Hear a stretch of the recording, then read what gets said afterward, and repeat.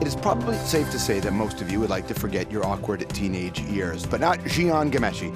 He's actually chosen to celebrate them. He's got a new memoir called 1982. In that one seminal year, a 14-year-old Jian was consumed by his two obsessions, a high school dream girl named Wendy and David Bowie. Ground controls a Major Tom. Jian wanted to be Bowie, but instead, he was a Persian Canadian teen finding his place in a largely white Toronto suburb.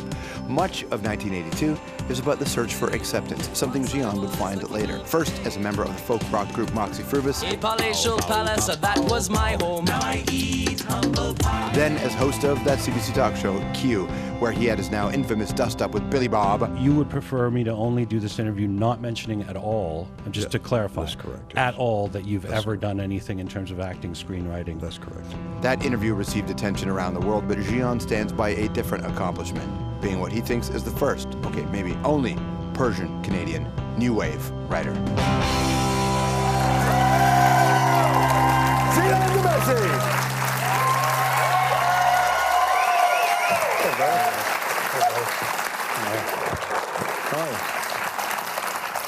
Congratulations, my friend. Thank you, George. You're a #1 bestseller.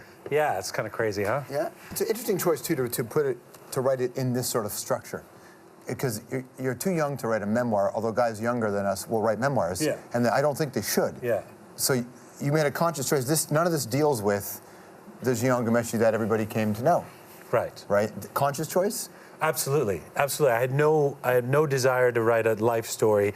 In fact, I had said no to doing that kind of thing. Not that there's anything wrong with it. It just wasn't for me because I'm more energized by doing something creative. So I wanted to tell a couple of stories, maybe make some cultural observations. And once I started writing, I had this kind of eureka moment where I thought I could write about this one year. And it's about being 14 and wanting to be Bowie. And desperately failing, and but we all have failed at being Bowie. And being in love with an older woman, yeah. Wendy, who is 16, because she reminded me of Bowie.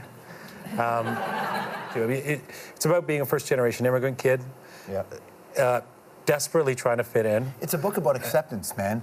It's a book about a search for acceptance. There's all these little parts in it where you are working through your way in. And then when it works, and when it doesn't work, it doesn't work. But, I mean, in the end, it all works because we end up getting older and we realize, who cares? But in that moment, there's a lot of this where, no, who cares is the key, bro. Yeah. Have you got there yet? No.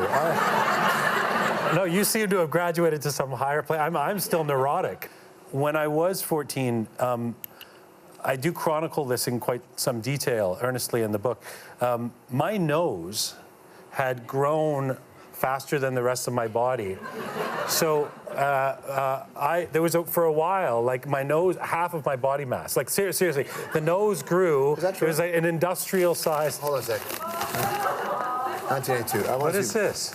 Let's see if that's I was true. going to say my body's caught up. Oh. I have a Thornley 1982-83 Look yearbook. at you. All right. Yearbook. Let's see. Okay, there's you in the Student Association, always in the union. Wait, hold on. With my there he is. mod jacket on. That's the guy there. Look at that. He's showing up here. There he is. What's interesting? Now, but in a super Canadian white bread way, they named him Jian Ghomeshi. Right, yeah. Jean. Your nose looks normal there, man. Is it just the angle? No, I think that's the angle, or maybe I don't know. Yeah, maybe it's just the way it felt, but.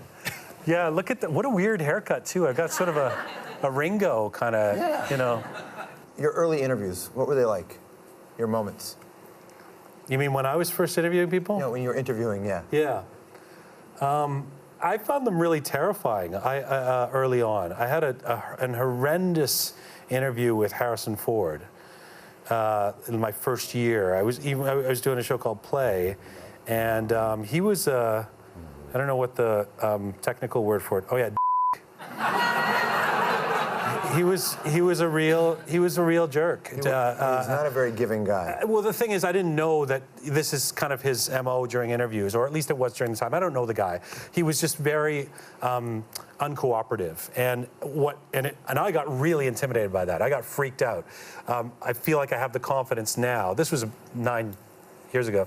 I feel like I have the confidence now to sit down and anybody can do whatever they want and when I'm facing them. And Billy part Bob. of it's, well, Billy Bob, sure, yeah. I mean, I think my honest feeling is that the audience is always right. The audience will always know, sense a situation and decide whether they agree with what's happening or not. So in the Billy Bob case, after a while, and again, I don't know him. You know, he goes on other shows and calls me names. I've never said anything bad about him publicly. I've said worse about Harrison Ford, apparently. But you know, he at some point, I mean, this went on for about 15 minutes. I just started to let him talk. Yeah. I said, okay, he'll talk, the audience will decide. It's a live program, and that's kind of what happened, and it didn't turn out so badly for us. You know, early interviews, early. I've got an early interview that you conducted. Really early. Here. Bonjour, salut et bienvenue à Les Étoiles d'aujourd'hui. Où nous parlons à les gens plus intéressants du monde.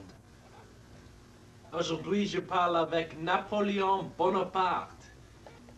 Dites-nous votre histoire, Monsieur Bonaparte, s'il vous plaît.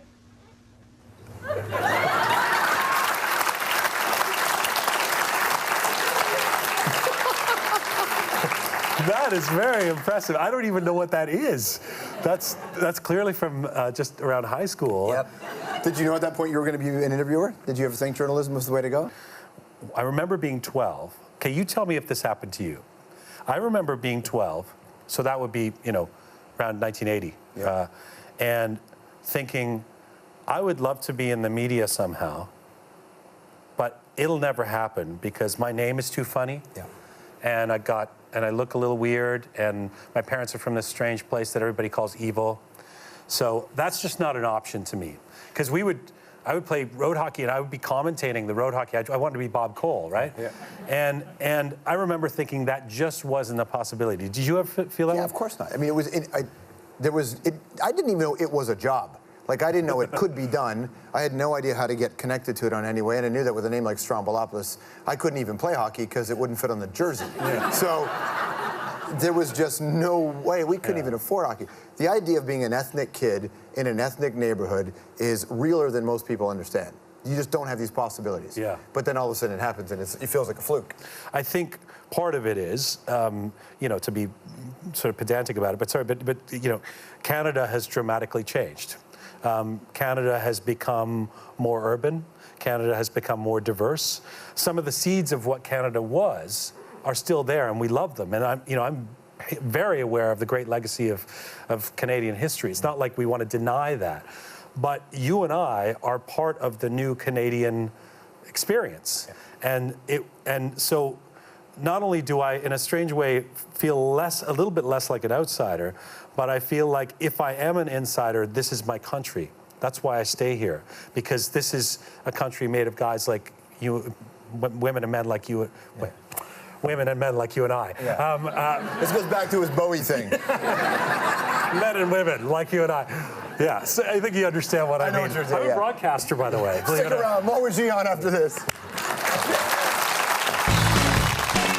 I want to find out if Jian has plans to run for political office. More with Jian and very funny man, K. Trevor Wilson, on our Three Things panel. What should the initiation rituals be for joining a club? Little known fact, the initiation for accounting is you straight up have to kill a dude.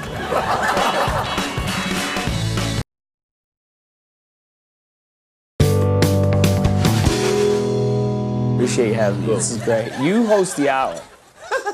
You have done your research. Okay. Yeah. Now you host Q. That's true. I'm guilty of that. What does Q stand for? Okay. Now, Q, it's simple to me. Q stands for politics, performance, people right here. These people right here. Here's a question. Why not call it P? Because that, my friend, is what people would expect. Am I right? Give me that. Boom. Damn it, right there. Strombo from 22. That's awesome, dude. That is awesome. Run for political office for you, yay or nay? I think at this point, no. Sorry. Oh, Sorry to the one person who was disappointed by that. Everybody else is going. I think at this point, no is perfect for a political answer. Well, and an honest answer. Well, actually, the reason I'm saying at this point now is because for many years I would think that that would be something I want to do.